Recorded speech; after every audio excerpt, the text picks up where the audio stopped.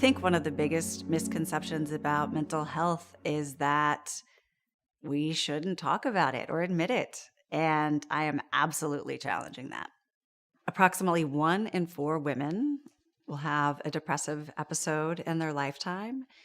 And almost 30% of female teenagers will have a major depressive episode. We need to help each other. I think with mental health, one of the things that's so important is somebody just being willing to tell their story. It makes an impact on other people. And I felt like pairing that with the right experts and the right resources and creating a community could really make a difference. An initiative like This Way Up is so important because it provides the holistic wellness and mental health that I wish I had growing up in the entertainment industry. And it aligns with the mission that I have now to uplift women and help women be their healthiest and best selves. It's a critical initiative for people who identify as girls and women because it's not talked about enough. Our mental health, our well-being, we don't spend enough time seeing that as success. Maybe success is peace of mind. So how do we find that? How do we go there? And that really is the journey. Stress, burnout, anxiety are all experiences we have, but there are ways we know from the science to actually lessen the effects of those on our well-being. I trained as a clinical psychologist, but my best learning about mental health was through my loved ones, through their lived experience, their courage and honesty to be open and brave to talk about their experience, despite how others may see them, despite how, they may judge themselves. So This Way Up is a platform to help foster the well-being of women and girls. We want to provide a community. We want to fight stigma about mental health issues. We want to provide resources. I know there's a lot of information out there, but hopefully what we can give people is absolutely all science-backed. It will be quick and easy to access, and hopefully impactful to make a difference. I'm definitely a go-getter. I love learning. I love friends, love being social. I've always been somebody that sort of burns the candle at both ends, work hard, play hard. I got my MBA at Harvard Business School, which was an incredible opportunity, both educationally and where I met some of my best friends in my life and my husband. He was from Chicago and was returning to Chicago for his career. And so in 2002, I moved here with him. We both went to work in finance and had a lot of fun, great life, great travel, a lot of friends. While I was pregnant, I started to feel very tired. It was really kind of after I had my daughter, I had horrible brain fog. I had difficulty following a recipe. I would have to go back and recheck things 1, 2, 3 times. Like the simplest tasks became very difficult. And in addition, I think I didn't have much initiative or desire to do anything. 2 years after my daughter was born, was diagnosed with celiac disease, which is just a gluten allergy, but it's an autoimmune issue. And frankly, I was thrilled. I was like, great, there's an answer. This is gonna make me feel better. And it did. So I stopped eating gluten and I started feeling better, but I still did not feel joy. And I still had no desire to do anything. There were certainly times where I thought about going to sleep. And if I didn't wake up, that might be okay. I realized I was depressed finally, but then I didn't go see a therapist or anything. I think it must have been just unconsciously kind of stigma or something, still just the attitude of I can continue to work through this. I remember the first person, I was on the phone with my aunt and I'd had this realization and I was talking to her and I said, I think I'm depressed. And she very quietly said, I think you are too. And one of my first reactions, though, was I was so angry. I was like, why didn't anyone tell me? how did no one know? How did I not know, for goodness sakes? Once I acknowledged that I was depressed, I think unfortunately the sort of the stigma around mental health, I just instinctively, I was like, well, I have to fix it. And so I ate well. I ate whole foods to reduce inflammation in my body. I made sure that I exercised. I made sure, even if I didn't feel like it, I went outside in the sunshine. And I woke up every day convinced that, like, today I'm going to make a difference. And honestly, it wasn't for maybe 6 years. My daughter, when she was in elementary school, we realized that she was struggling with anxiety. And shortly thereafter, she was prescribed medications to help her with the anxiety. And it was very effective for her. And so for the first time, I was like, this can help her, then maybe medications could actually help me. I decided, I was enthusiastic about giving it a shot, and it worked. I mean, I remember thinking at some point, I was like, oh yeah, this is what joy is like. So it was fabulous for 2 years.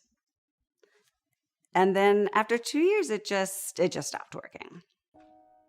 Once I had started to find the tools, both through antidepressants and the other tools I was using, I realized that there were definitely times where I wasn't a great friend.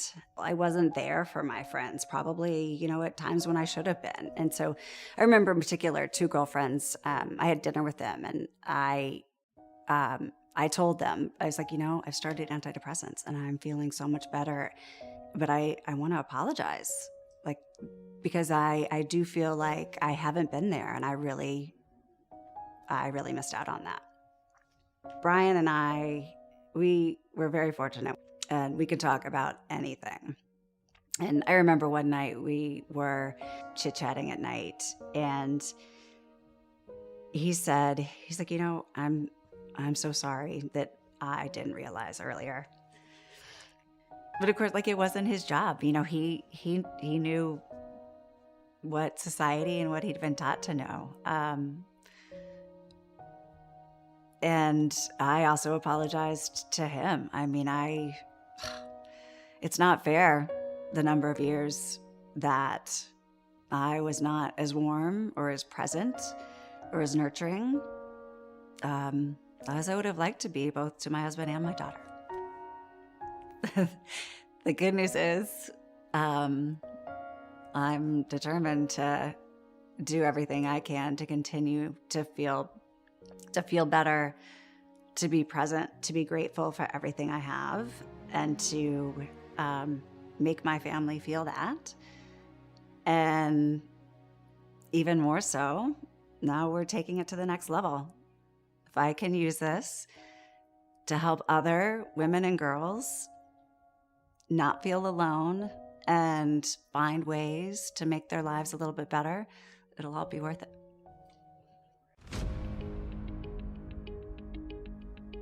Depression is like being in the rain around everyone else who's in the sun. I've experienced depression many times in my life. Very, very dark. It feels like you'll never stop being sad, like you've never been happy before. It feels like a demon. Depression is something we can all experience. Life can be tough, and knowing when depression may be an issue for us is really important. When we consistently feel low and we're really struggling to lift our mood, or we're struggling to get out of bed, or where it's starting to impact our functioning, that's when we might call it depression. For me, depression felt like lifelessness. I lost who I was. I had no desire to do anything, and really just didn't feel anything. I was numb. Major depressive disorder can have a myriad of symptoms. Chronic fatigue is one of them. Loss of interest in things that the patient used to enjoy is another one. It can lead to gut issues. Sleep disturbances is another one that is really important to address. Some of the risk factors for experienced depression could be biological factors. It could be our genetics or even our epigenetics. This is the science of how genes are activated, depending on our environment. Life experiences, having trauma, or a number of adverse childhood traumas. These can all be risk factors for developing depression. Chronic stress can do some real damage to the body and, throw the hormones out of balance and therefore throw the emotions out of balance. Chronic stress for me is the mother of all diseases, all the conditions. Basically because it triggers a lot of inflammation in our bodies. The whole GI gets affected by chronic stress. And specifically in women, we have these hormonal imbalances. We all know that progesterone, estrogen fluctuate over and over during the women's life. When these hormones get depleted, it can cause mental health issues. Can lead to generalized anxiety disorder, not only depression, but also anxiety and trauma. When I was 16, I unexpectedly lost my dad and brother to a murder-suicide. From there, I struggled with survivor's guilt and PTSD, and stress became a part of how I managed my everyday life. Because there were such little resources and support for mental health in the 90s, and there was quite a stigma around it, I repressed and suppressed my emotions until about 15 years later, things started to surface for me, and I had to look them in the face. I had, therapy for PTSD, for loss. I lost my mom 10 years ago as well, so now I was the last standing family member, and you have to be kind and patient with yourself. It's a continuous journey, and I think that's okay.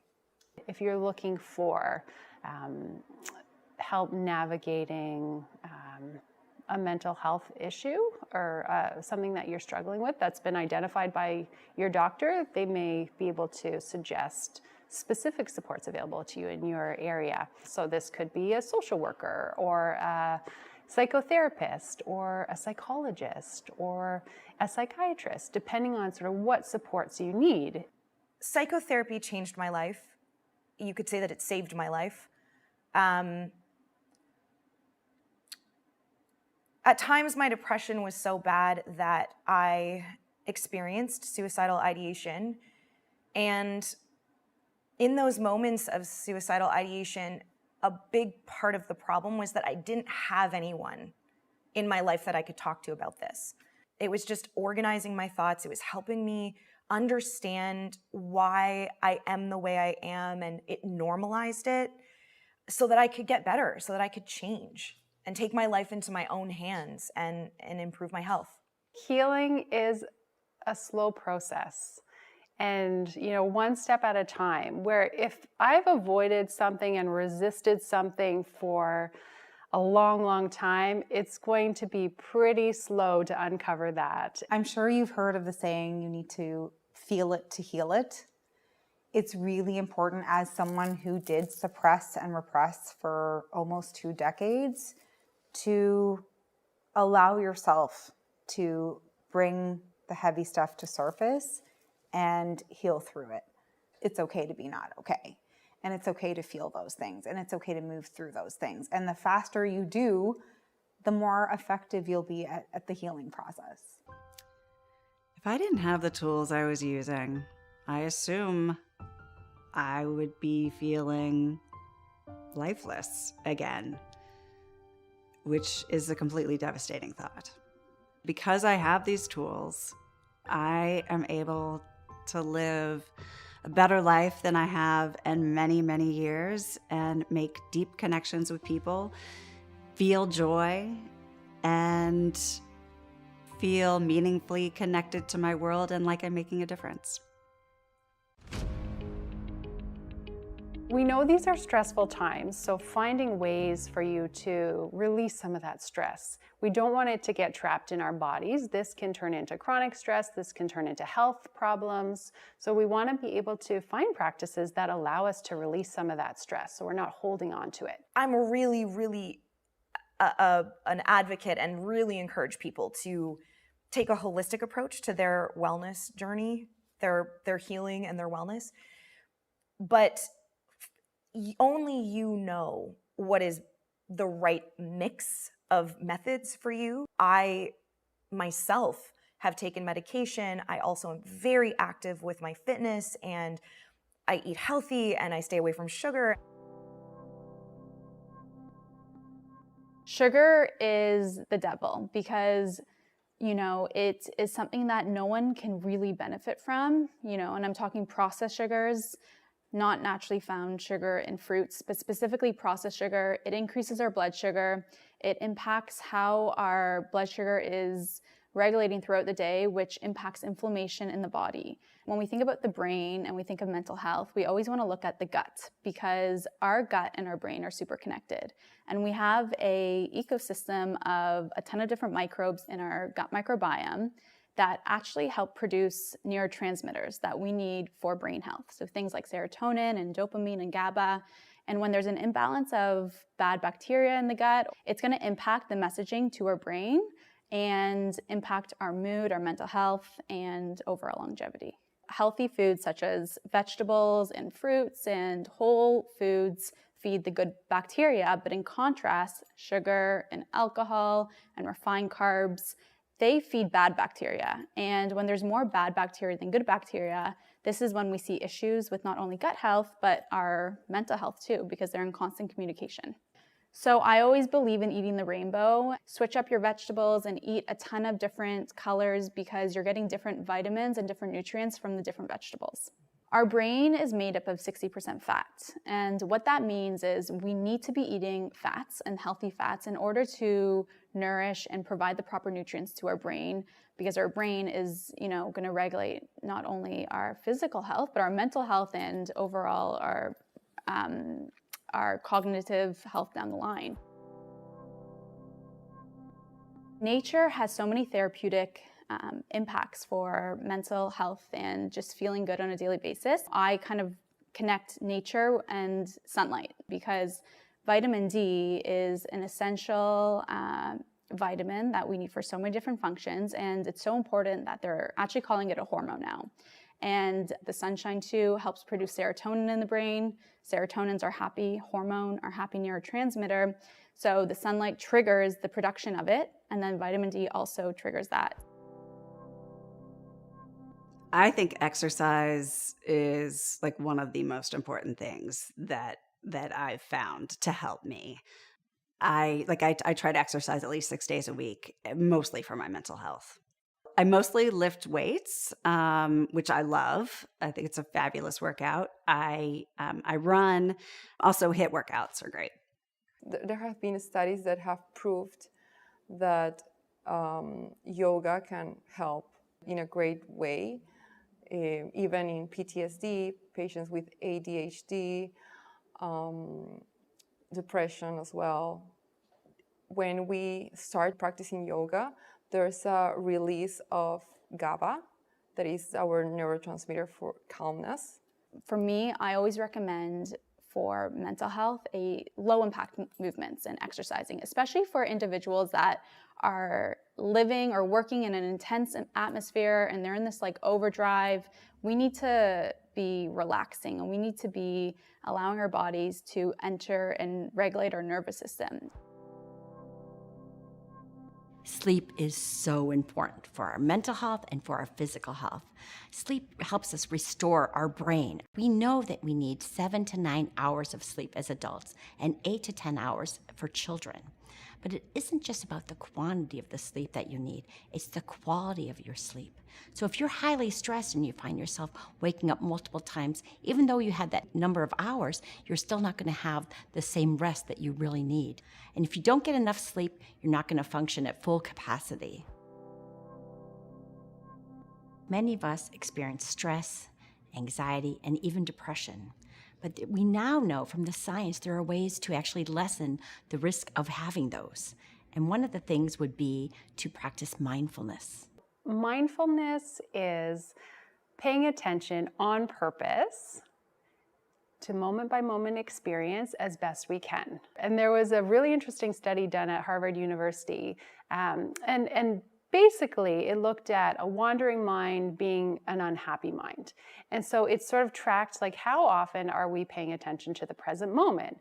And majority of the time, I think it was like 47, almost 48% of the time, we are not paying attention to the present moment. So often we are physically somewhere, doing the dishes, going for a walk, doing laundry, but mentally we are somewhere else, sitting in a meeting, talking to our children, talking to our parents, having important conversations. So mindfulness brings the mind to where we are physically. Start by saying out loud what you're doing. So if you're washing the dishes, your dialogue is going to sound something like this. Now I'm putting soap on this sponge. Now I'm making circular motions on this pot. Now I'm rinsing this pot. Now I'm putting on the drying rack. And you can even do it out loud for the first bit, but you'll suddenly be more tuned in to where you are physically. We can think of our attention as a muscle. And like any muscle, if I want to be able to use it, I need to practice. I need to build it, be able to do it in my day-to-day life where I'm not distressed. And then when I'm really distressed, when I'm about to, burst into an argument or something, being able to calm myself down, to access that muscle, to, know that that is just a thought and not a fact coming to my mind, to be able, one of the wonderful skills of mindfulness is to be able to decenter, to observe our experience, not to be caught up in it and controlled by it. Meditation is like going to the gym and taking the time to sit there with your mind. And the great thing about the thoughts coming in is you start to get intimate with what you're thinking about. And sometimes when people start meditation, it can be a bit intimidating because the stuff that we're avoiding, that we're on autopilot, that we're maybe repressing or not looking at starts to bubble up. And you don't even realize the depth of what is bothering you in the day-to-day and how it surfaces and how it manifests. So meditation gets you really intimate with what is going on in here. Just let it come and let it go. And you can get to a point where you can see the thoughts and you can go, oh, that's really interesting. Okay.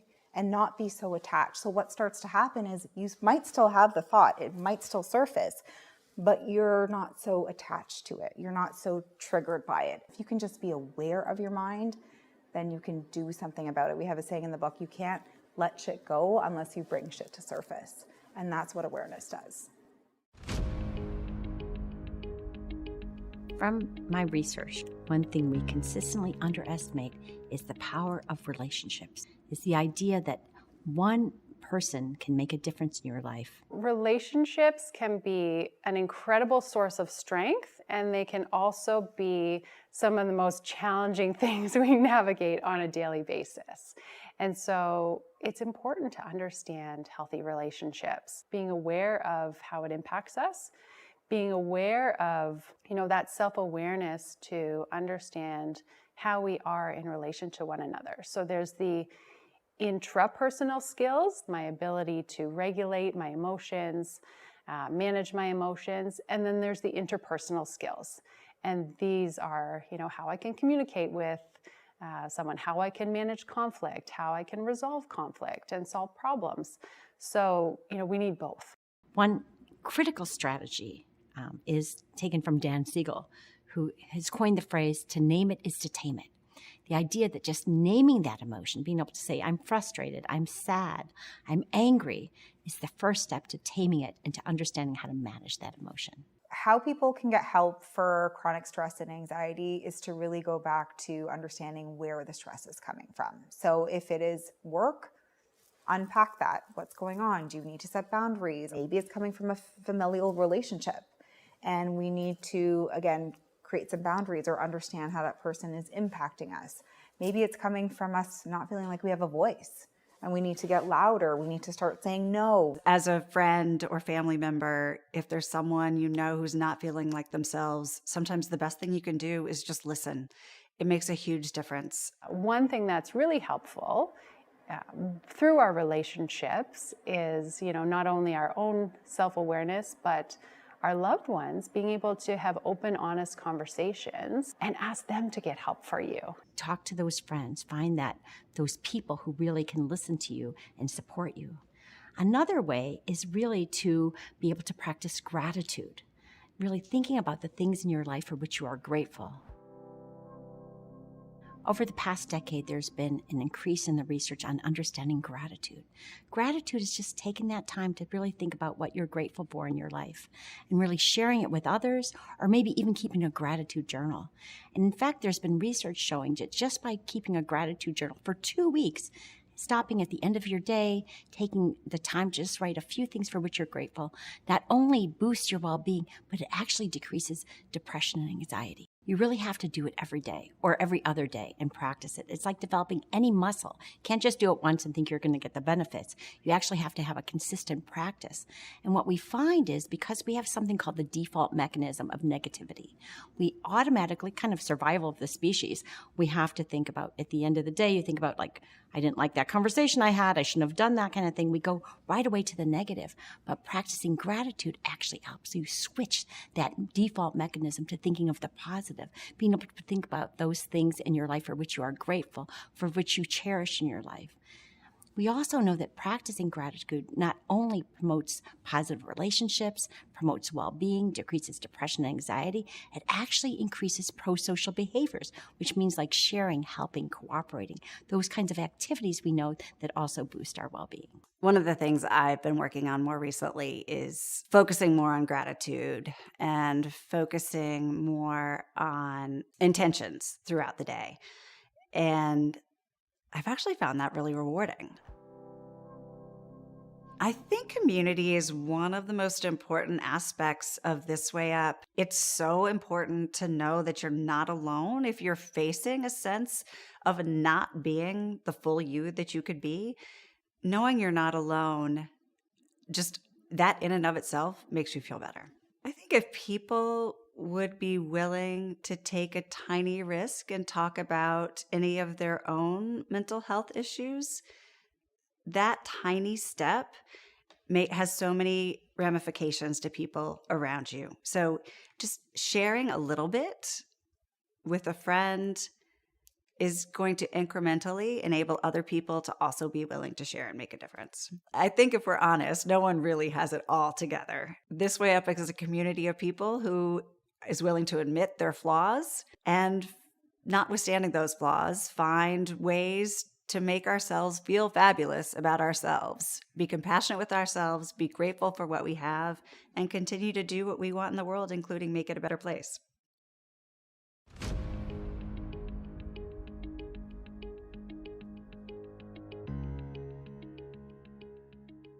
So there's evidence to show that people with low self-esteem have depression, and that also depression can lead to low self-esteem. We know this because not feeling a sense of confidence in yourself, not feeling a sense of efficacy that you're able to accomplish things, not having a sense of purpose, and then even body image where you feel like you're comparing yourself to others. Now given so much of social media and how you present yourself and how you look. If you don't have a good body image, your self-esteem suffers. And if you don't have good self-esteem, your body image suffers. So you really have to find ways and strategies to promote those. And one of the ways you can empower yourself is to participate in those lifestyle routines, those lifestyle habits and methods that make you feel holistically well, right? Exercise, listening to good quality music, uplifting music, meditation, listening to inspiring podcasts, things like that. A big practice for me has been to practice self-acceptance. That means accepting myself in my shadows and my shine. It's pretty easy to accept yourself when you're shining on stage.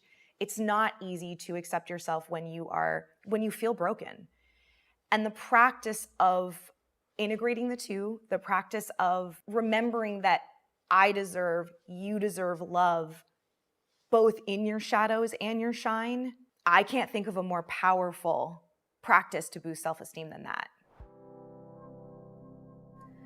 So the more confidence you have to put yourself out there, to take risks, to try something new, the more you learn how competent you are at it. And the more competence you have will then increase your confidence. And the cycle goes on and on. So competence and confidence are bidirectional, and both of those things require courage. One really important aspect of well-being is finding a sense of purpose, of identifying your values and what you really see as important in your life, what you want to do. And what we found in some of the research that I've conducted with others is that being able to volunteer and help in your community, getting involved in activities that benefit others actually helps you lift up and think about not only yourself, but how are you making a difference in the world. One of the reasons why I started in this field was through personal experience. One of my sisters really struggled with an eating disorder and, had an extensive journey learning all about herself and, the family navigating the mental health resources that were available at the time. And unfortunately, it wasn't enough for her. And she died of a heart attack just before 27. And it was an extremely difficult time for our family. The loss of losing her was a grief I have never imagined. My sister taught me so much, and one of those key lessons was how important it is to love yourself, how self-compassion is extremely important in terms of you could give so much love out to others in the world, but it's going to be very difficult if you can't bring that love in words. Self-compassion is such a critical part of our well-being. Being able to practice it on a regular basis, it reduces our stress and anxiety. We're able to see the situation in a new light. If you think about the science of compassion or being able to be empathic, you cannot be compassionate, even self-compassionate, if you're highly stressed. And so the idea that if we all work together and provide these resources and you learn these tools and strategies, you'll not only have better well-being, but you'll have better relationships. You'll be more engaged with others. You'll be able to help others more through being able to really have those strategies to help yourself. If you don't unconditionally love yourself, you're not going to have the capacity to unconditionally love others. If your cup is constantly on empty, your love is going to come from a place of exhaustion, of obligation, of expectation. So you need to work to fill your cup. We as women and girls need to fill our cups, and our love should come from the cup runneth over. Why we don't do that is because we feel guilty loving ourselves and prioritizing ourselves. Especially people who identify as women, they tend to do everything for everybody else, and then they serve themselves last. And when they do, there's guilt associated. But self-love starts here. What are we saying to ourselves? How are we talking to ourselves? And working through those rooted thoughts and talking to ourselves compassionately, because honestly, we don't.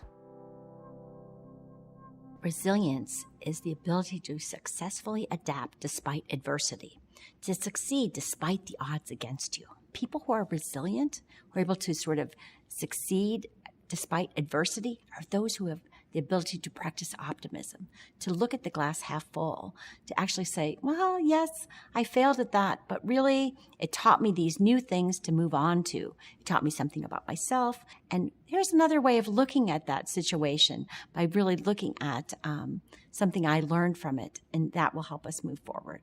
Resilience is defined as such. A setback is a setup for a comeback. It's the innate quality of being able to adapt in different shapes and sizes, in different elements. So resilience isn't a forcefulness, it's this innate capacity for challenge and for adapting after, let's say, a setback or a failure. Perseverance is forcing yourself through or pushing yourself through hard times, but that should only last for short periods. To push yourself through hard times over and over and over again, or force yourself through hard times over and over and over again, is going to damage your mental health long term and probably your physical health. Resilience, on the other hand, isn't pushing through. It isn't forcing yourself through a hard time. It's the capacity to bounce back after a setback. Things you can do yourself that I've found really empowering are movement, music, and mindset every day. This is something I call the M3. It's my personal resilience routine. It's something for your body, it's something for your emotions, and it's something for your mind every day. That doesn't fix depression, but it is a resilience method that helps you along your way. Dr. Michael Unger, an expert in resilience, talks about resilience being a well-resourced individual. So part of our resilience is resources, our support system, our community, things that inspire us, our purpose, our meaning, our connection to nature. So in times of need, when life gets hard, we know that it's there. We know where to go. There is a significant difference in people's willingness to talk about mental health. Absolutely. It's actually, I saw recently there was an article like, are we talking about it too much? Which I understand. That said, there is still stigma associated with if you are feeling depressed, if you are feeling anxious, if you are having other mental health issues, there is still a stigma. People are hesitant to reach out or to admit it. We still need to continue our fight against stigma and to let people know it's okay to talk about. I would love one day, they have amazing benefits, as they should, for like a breast cancer survivor. They don't have those for mental health survivors. We should. It should be in the same vein where these people are not judged but are celebrated. It is so important now that we're really putting a focused attention on mental health and mental well-being. These are topics that decades ago weren't even really discussed. And we now have language, we have things like mental health literacy, and really resources to go to, and strategies as well to help promote well-being. I love that we're all talking about mental health. This is so important. We are all on a journey together, and we have so much to learn from each other. If we can access resources that are at school, in our workplace, in part of our day-to-day lives, just like health, mental health is something that we all experience and something that we can all work towards, individually and together. My ultimate mission is providing hope through adversity. So no matter what you go through, no matter how hard the tragedy or the trauma is, no matter how heavy it feels, no matter how painful it becomes, there's a way through. You will find hope again, and you will find self-worth again, and you will find love again, and you will find connection again. But you have to not give up. You have to keep going. I think it would be absolutely incredible if 10 years from now, we really didn't have to worry about stigma and mental health issues anymore. If the stigma were gone, if people felt supported, if no one felt alone in facing those challenges and had the resources they needed, that would be amazing.